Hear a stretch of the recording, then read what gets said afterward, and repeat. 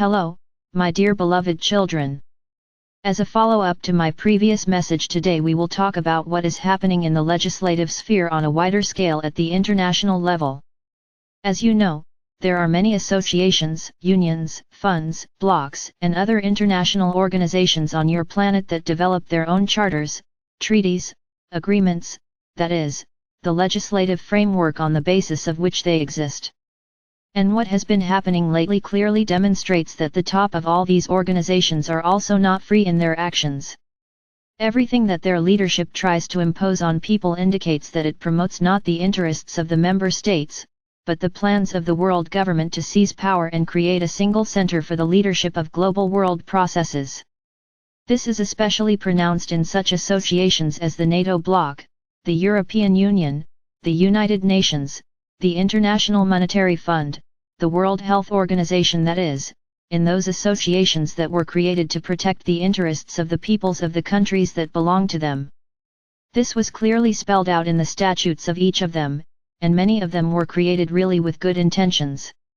But gradually the secret world government introduced its representatives there, who occupied key positions at all levels and in all units of the above-mentioned organizations. And you can see the results of these globalist actions with your own eyes today.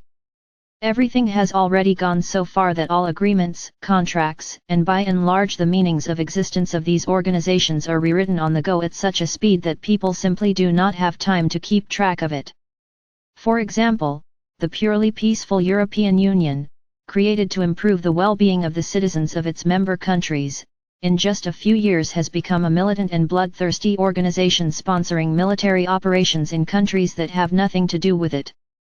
The NATO bloc, originally created as a purely defensive union, has also turned into an offensive alliance, taking an active part in the military operations of non-member countries. The same thing is happening in the United Nations and other international organizations, whose leadership has long confessed completely different laws, not those that were originally based on them. A particularly striking example of shameless violation of all international rights is the World Health Organization, which is openly sponsored by the world government and pharmaceutical giants and has long been concerned not about the health of the world's population, but about the profits and other priorities of its sponsors and owners. All of the above is a vivid example of how quickly, with the help of bribery and blackmail, in which the representatives of the deep state have so succeeded, the best intentions of mankind, initially bearing a humane character, can be perverted beyond recognition. We will stop there today. The Father Absolute, who loved you immeasurably, spoke to you.